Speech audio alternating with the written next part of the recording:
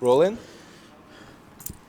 Get them doggies rolling, rolling, rolling, rolling, right. First of all, we're actually sitting on the stage of the Vienna Opera House.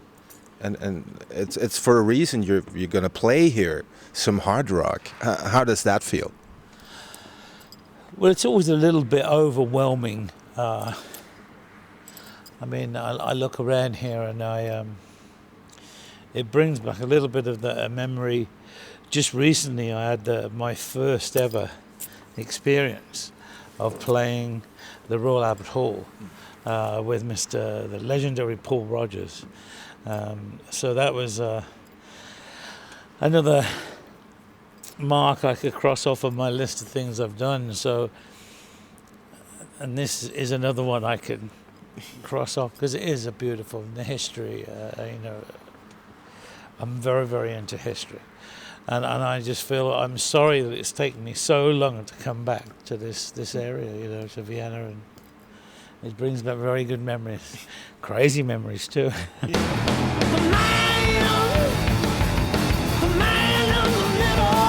Back to when you were a kid, you were playing drums with the occasional rock stars that came visit. Was Glenn one of them? I don't remember Glenn. Glenn was just a little bit before my drumming time. It was in the early days that my dad and Glenn used to hang out. So no, I never really remembered much about Glenn. I've read a few books where I think my dad hit him with a gun a few times and put a gun against his back and pistol whipped him, and which is, interesting to read about one's father doing that to my singer and bass player. But amusing, to say the least.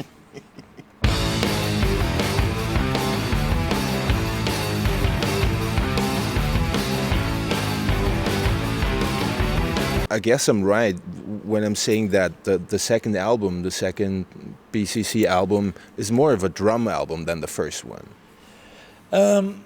We had a better drum room this time round. We went for a bigger sound, and Kevin was more into that direction. He wanted a bigger drum sound. Who knows what the next one will be if we keep it in the way things are going. You just need a couple days to record a record, huh? Yeah, I mean, we had 10 days to do we had 10 days to do the last one. And after 7 days, we had 3 days of going, well, what are we going to do, So we said we might split it up to 2 7-day periods, the next one, and just work really hard again.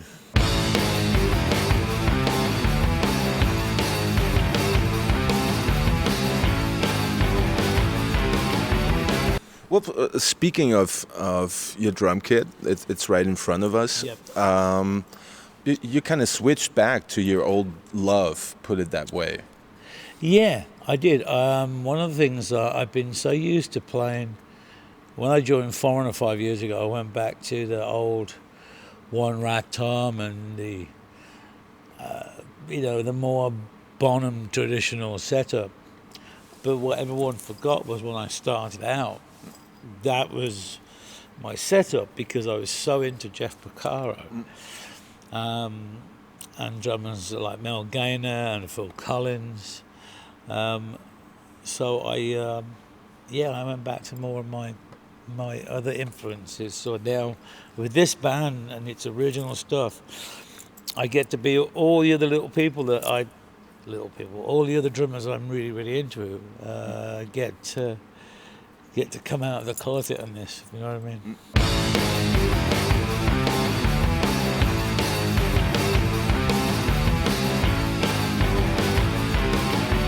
Speaking of the band name, Black Country Communion, the Black Country, you were born there. Black Country, the area of the Black Country, isn't what some people thought.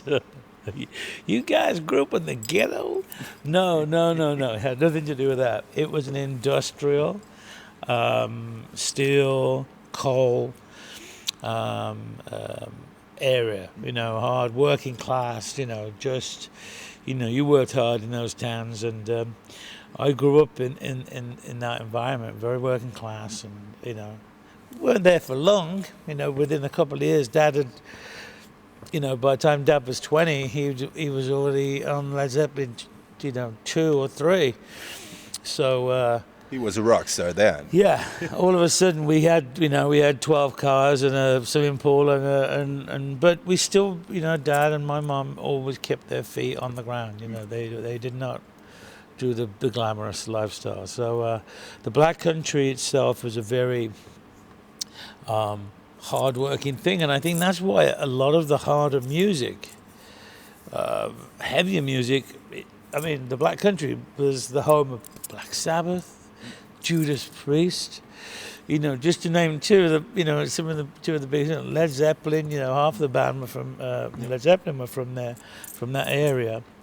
So yeah. Maybe it's from the coal miners, you know. Boom, I boom. think it's just that thing that you do, you know, if you don't want to go and do that, you got to be good at something else. So it's one way of getting out. I mean, my dad worked in a factory for a short time, and he was a builder also.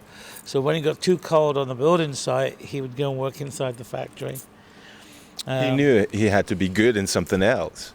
Yeah, I mean, and not many people know this, is the fact that he only got his first drum kit from the age 16. So it was within 4 years that he got that good when he recorded Led Zeppelin 1. So, wow. That's what I can say to that. So, you know, I've had a hell of a lot to live up to. A lot of people say, what's it like? You know, you're the son of John Bonham. And I say, you know what? Well, it's pretty cool.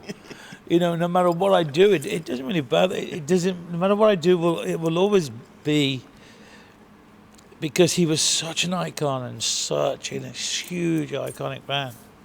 You know, it just gives me enough get up and go to say, you know what? I just want to make him happy, and I want to prove to him that, and show him that, you know, Dad, you handed me down a business. You know, like some fathers, they hand them down their work. Even though he wasn't here to hand it down to me himself, to me, I feel, if anything, he left me in such an early age, but he gave me a career. Well, he gave you a drum kit and taught you on it. And with that, I got a career out of it. I mean, I still look at it and go, I can't believe I was 45 yesterday, and that I'm still doing it, and I've managed to live. It gets me each time that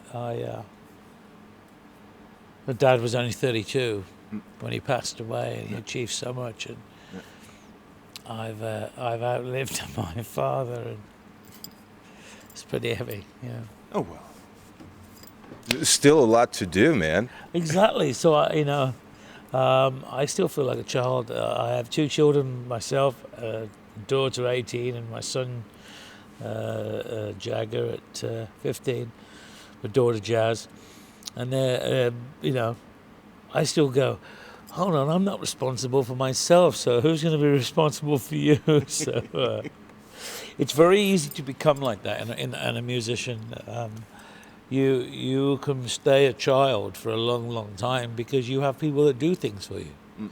You know, I want this and I need that, yeah, and you got to try and keep your feet grounded, you know.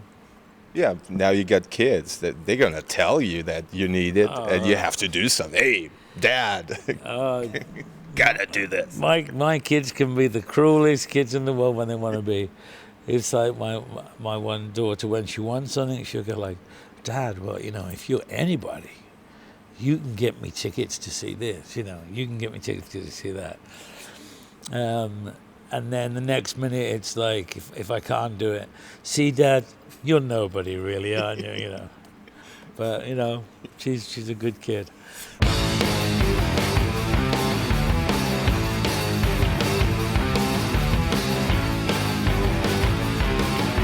One other story I've read is that Nebworth soundcheck story. Yeah. Remember that one? Yeah, I got up and played with them. In the week, Dad said, you know what, do you want to get up and play? I said, yeah, I'd love to. So I was 13 and he said, "Okay, let's listen to let's learn Troubled Underfoot." And he said, "Just watch for Jimmy. Jimmy will extend the guitar solo, and when he comes to the end of it, he'll just raise his hand, and it changes." And I remember the point when Jimmy raised his hand and turned and went. He couldn't see me from behind the key. I was like, "Oh, hi." Yeah, that was a lot of fun. And my dad made a compliment, the greatest compliment I've ever had. So he said to somebody, he said, "It's the first time I've ever seen Led Zeppelin play." Well, it was very cool. That must be a great feeling, hearing that. Oh yeah, I mean, as I say, I know for a fact he was with me that day in 2007 at the Atlantic 40, the Atlantic for Armit, the benefit for Armit when he passed away, because that for me was one of the best shows, and to suddenly do it when the pressure's on, to be able to play when the pressure's on for everybody. It was a phenomenal gig. It was such a great gig, and the letters and some of the words, and the letters and what people sent to me from the likes of Peter Gabriel. To have a compliment what Peter Gabriel said to me, which I will never repeat because it was so overwhelming that I just wept. Thank you, Peter. It was one of the great. You've played with some of the greatest people in drummers, Peter Gabriel, and to have that compliment from him was just. But they were all there, all the drummers. My friend Zach Starkey, Ringer's son. He was the first person to text me within 5 minutes of walking off stage. And Chad Smith, and the list goes on. Dave Grohl. They were all there. As Dave Grohl said, I really wanted to be the drummer for that gig, but he said, "You know what, Jason did a fantastic job and he deserved to do it." It was a very special night.